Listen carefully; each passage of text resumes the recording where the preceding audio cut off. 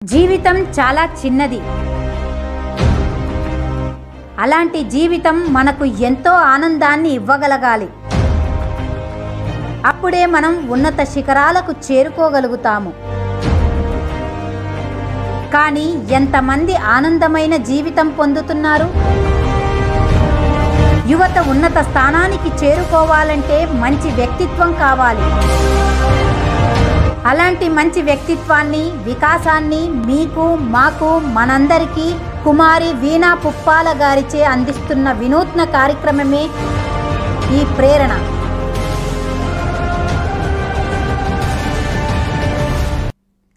Welcome to Yuvan TV. Yuvan TV ప్రత్యేక కార్యక్రమానికి స్వాగతం.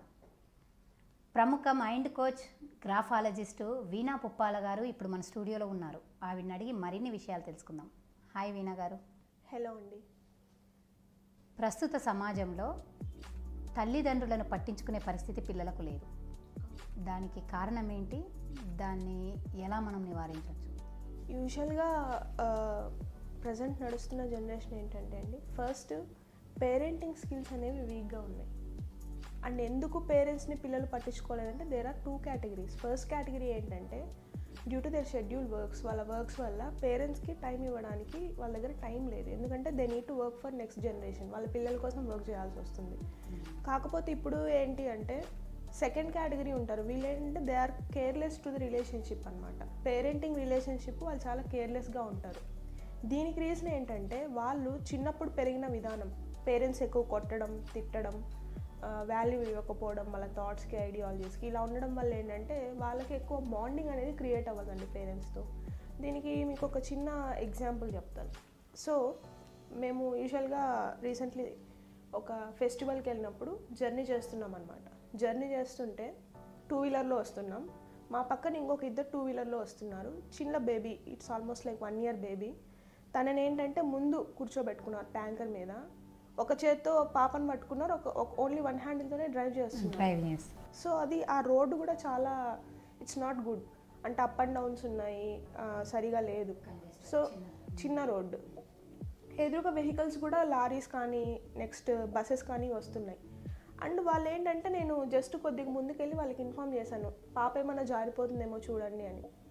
లేదు జారిపోదు అని చెప్పి రెస్పాండ్ ఇచ్చారు. లేదు ఒకసారి చూసుకోండి, అంటే మీరు ఒక చేతనే డ్రైవ్ చేస్తున్నారు, కష్టమైపోతుంది, వెనకాల ఎవరికన్నా అమ్మాయికి ఇచ్చి కూర్చోబెట్టండి అని చెప్పి చెప్పాను. తను ఎలా రెస్పాండ్ అయ్యాడు, ఏముందిలే అన్నట్టుగా రెస్పాండ్ అయ్యారు. సో ఇక్కడ మీరు అబ్జర్వ్ చేయాల్సింది ఏంటంటే parents are not bother about the kids. So అలా ఎప్పుడైతే పేరెంట్స్ కిడ్స్ థింగ్స్కి బాదర్ అవ్వరో ఆబ్వియస్గా బాండింగ్ అనేది క్రియేట్ అవ్వదు. దీనికి కారణం ఎవరో కాదండి, పేరెంట్స్. ఎందుకంటే పేరెంట్స్ పిల్లల పట్ల ఉండే విధానం కానీ తీసుకునే జాగ్రత్తలు కానీ సరిగా ఉంటే ఈ స్కిల్స్ ఏవి కూడా అవసరం లేదండి. డెఫినెట్గా వాళ్ళకే క్రియేట్ అవుతాయి. ఈ స్కిల్స్ ఎవరికి యూజ్ అవుతాయంటే ఎవరైతే పేరెంటింగ్ అనేది సరిగా పొందుకోకుండా ఉన్నారు, వాళ్ళ పిల్లలకి మంచి పేరెంట్స్ అవ్వాలనుకుంటున్నారు, వాళ్ళకి ఇవి గైడెన్స్ లాగా యూజ్ అవుతాయి. సో మేజర్గా నేను చెప్పాల్సింది ఏంటంటే, నా ఒపీనియన్ ఏంటంటే, if they need healthy bonding from the kids, from the children, ముందు వీళ్ళది ఇవ్వాలి. పిల్లలు చెప్తే వినరండి, మనం చేసే దానిని బట్టి నేర్చుకుంటారు. సో దీనివల్ల ఏంటంటే వాళ్ళు జాగ్రత్త కానీ, కేరింగ్ కానీ, హెల్దీ కన్వర్జేషన్స్ కానీ ఇలాంటివన్నీ చేయడం వల్ల డెఫినెట్గా పిల్లల పట్ల వీళ్ళకి బాండింగ్ వస్తుంది. పేరెంట్స్కి పిల్లలకి బాండింగ్ అనేది బాగా జనరేట్ అయ్యి ప్రాక్టికల్గా మనం చేసిన దాన్ని బట్టి చూసి చేస్తేనే కరెక్ట్గా ఉంటుంది అంటారు పిల్లలు. అవును, మనం ఏం చేస్తామో దాన్నే వాళ్ళు రిపీట్ చేస్తారు. నువ్వు పిల్లల్ని జాగ్రత్తగా చూసుకోవట్లేదు, వాళ్ళని జాగ్రత్తగా చూసుకోరు, ఎందుకంటే నువ్వు ముందు చేయలేదు కాబట్టి. ఓకే, మనం ఇదేది ట్రైనింగ్ ప్రాసెస్లో ఇనక్కర్లేదండి. ఎందుకంటే మన నేచర్ ఒకలా రెస్పాండ్ అవుతుంది. మనం కూడా నేచర్ నుంచి వచ్చిన వాళ్ళమే కాబట్టి if you give something in a positive manner, డెఫినెట్గా మనకి రిఫ్లెక్ట్ కూడా పాజిటివ్ అవుతుంది రిలేషన్షిప్. ఓకే, పేరెంట్స్ బాగా హెల్దీ మేనర్లో మాట్లాడుతున్నారు, వాళ్ళ ఐడియాలజీస్కి వాల్యూ ఇస్తున్నారు, వీళ్ళు చెప్పే మాటలు విని అలా కాదు ఇలా అని ఎక్స్ప్లెయిన్ చేస్తున్నారు, they will become a very good family అండి. ఇప్పుడు నేను మీకు ఇందాక ఇచ్చిన ఎగ్జాంపుల్ చూడండి, చిన్న పాప పడితే ఏమవుతుందో కూడా తెలియదు, కింద పడవచ్చు, జారిపోవచ్చు. They are very irresponsible. అయ్యో అలా పడుతుందని అనుకోలేదు, పొరపాటున పడింది అంటారు. ఇలాంటిది ఇంకో సినారియో తెలుసు. జస్ట్ ఒక 3 months బేబీని తీసుకెళ్తున్నారండి బండ్లో, మామూలు ఇట్లా పడుకోబెట్టే దాంట్లో తీసుకెళ్తున్నారు, ఇలా పట్టుకొని ఉంటాం కదండి బేబీస్కి. సో వాళ్ళ జర్నీలో కన్వర్జేషన్లో ఉన్నారంట వైఫ్ అండ్ హస్బెండ్. బేబీ ఎక్కడో జారిపోయింది. ఎక్కడ జారిపోయిందో కూడా తెలియదంట వాళ్ళకి. ఇది నాకు మా అమ్మమ్మ చెప్పింది నేను ప్రెగ్నెంట్గా ఉన్నప్పుడు. పడ్డాక ఏం చేయలేము, ముందే జాగ్రత్త. అయ్యో అలా పడుతుందని అనుకోలేదు, పొరపాటున పడింది అంట. సో నేను అనుకున్న అంత కేర్లెస్గా పిల్లలు ఎలా అంత అట్లీస్ట్ డ్రాప్ అయిన విషయం కూడా వాళ్ళకి అర్థం కాలేదు. అండ్ ఇలాంటివి నాకు ఎన్నో చాలా విషయాలు నా సరౌండింగ్స్లోనే జరుగుతున్నాయండి. నేను ఆగి చెప్పగలిగినంత వాళ్ళకి చెప్తున్నాను. సో నా పాయింట్ ఆఫ్ వ్యూలో ఏంటంటే ఫస్ట్ పేరెంట్స్ వాళ్ళని జాగ్రత్తగా చూసుకుంటే పిల్లలు ఆబ్వియస్గా జాగ్రత్తగా చూసుకుంటారు. నువ్వేమిస్తావో నీకు అదే రిటర్న్ వస్తుందండి. పిల్లల్ని ఏమనడానికి లేదు, ఇక్కడ పేరెంట్స్ చేయాలి. ఇప్పుడు మీరు అన్న ప్రకారం తల్లిదండ్రులే మెయిన్ అని అంటున్నారు. కానీ తల్లిదండ్రులు ఎంతో జాగ్రత్తగా చూసి కూడా, ఎంతో జాగ్రత్తగా వాళ్ళని ఒక బొమ్మలాగా చూసుకుంటూ చేసినా కూడా పిల్లలు అలా ఉండట్లేదు. మరి దానికి ఏమంటారు? యూజువల్గా మనం ఏదైనా రెస్పాండ్ అయ్యేటప్పుడు, నేను ఏదైనా రెస్పాండ్ అవుతున్నప్పుడు 3 types ఆఫ్ ఈగోస్ ఉంటాయండి. ఒకటి ఏంటంటే child ego, 2 adult ego, 3rd వచ్చి పేరెంట్ ఈగో.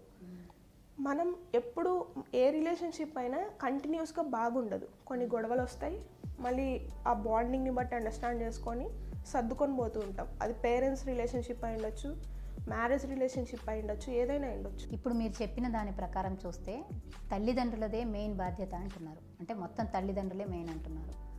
అలా తల్లిదండ్రులు ఎంతో జాగ్రత్తగా బొమ్మలాగా చూసుకొని జాగ్రత్తగా ఇచ్చేసినా కూడా పిల్లలు తల్లిదండ్రులను చూసుకోకపోగా పక్కదారులు పడుతున్నారు. మరి దానికి ఏమంటారు? ఇందాక మీరు చెప్పిన క్వశ్చన్లోనే ఆన్సర్ ఉందండి. ఇక్కడ పాయింట్ ఏంటంటే పిల్లల్ని మనం ప్రాక్టికల్ వేలో పెంచాలి ఫస్ట్. అంటే ఎక్స్ట్రీమ్ లవ్ చూపించకూడదు, ఎక్స్ట్రీమ్ నెగిటివిటీ చూపించకూడదు. ఇందాక నేను మీకు చెప్పిన ఎగ్జాంపుల్స్ ఏంటంటే ఎక్స్ట్రీమ్ నెగిటివిటీ ఉన్నవి. పిల్లలు పేరెంట్స్ని ఎప్పుడు పట్టించుకోరు అంటే ఎక్స్ట్రీమ్ నెగిటివిటీ ఉన్నా పట్టించుకోరు. ఏది అతిగా ఉండకూడదు అంటారు. ఉండకూడదు.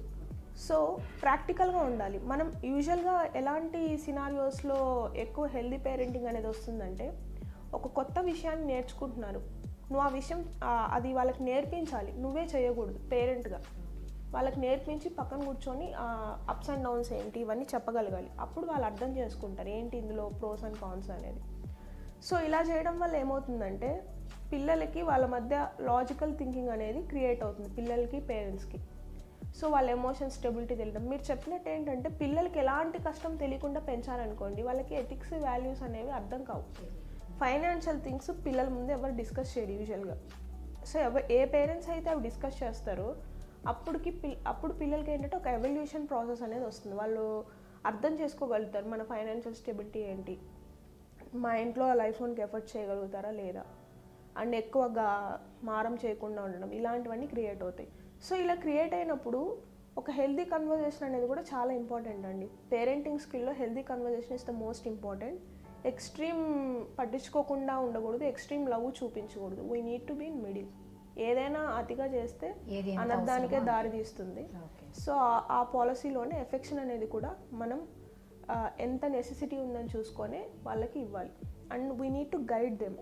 మనం గైడెన్స్ ఇవ్వాలి, ప్రతి విషయాన్ని ఎక్స్ప్లెయిన్ చేయాలి. వాళ్ళు ఏదైనా క్వశ్చన్ అడుగుతున్నారు, రాంగ్ క్వశ్చన్ అయి ఉండొచ్చు, ఇది ఈ ఏజ్లో నువ్వు తెలుసుకునేది కాదని చెప్పాలి. మనం ఏదైతే ఎందుకు అలా మాట్లాడుతున్నావు, నీకు ఎవరు నేర్పించారు ఇలాంటివి అన్నారంటే ఆబ్వియస్గా మన బ్రెయిన్ క్వశ్చన్ మార్క్స్ ఎక్కువ ఉన్న వాటి దగ్గర ఎందుకు వీళ్ళు చెప్పట్లేదని అది మనమే ఎదుగుతారు, పిల్లలే ఎదుగుతారు.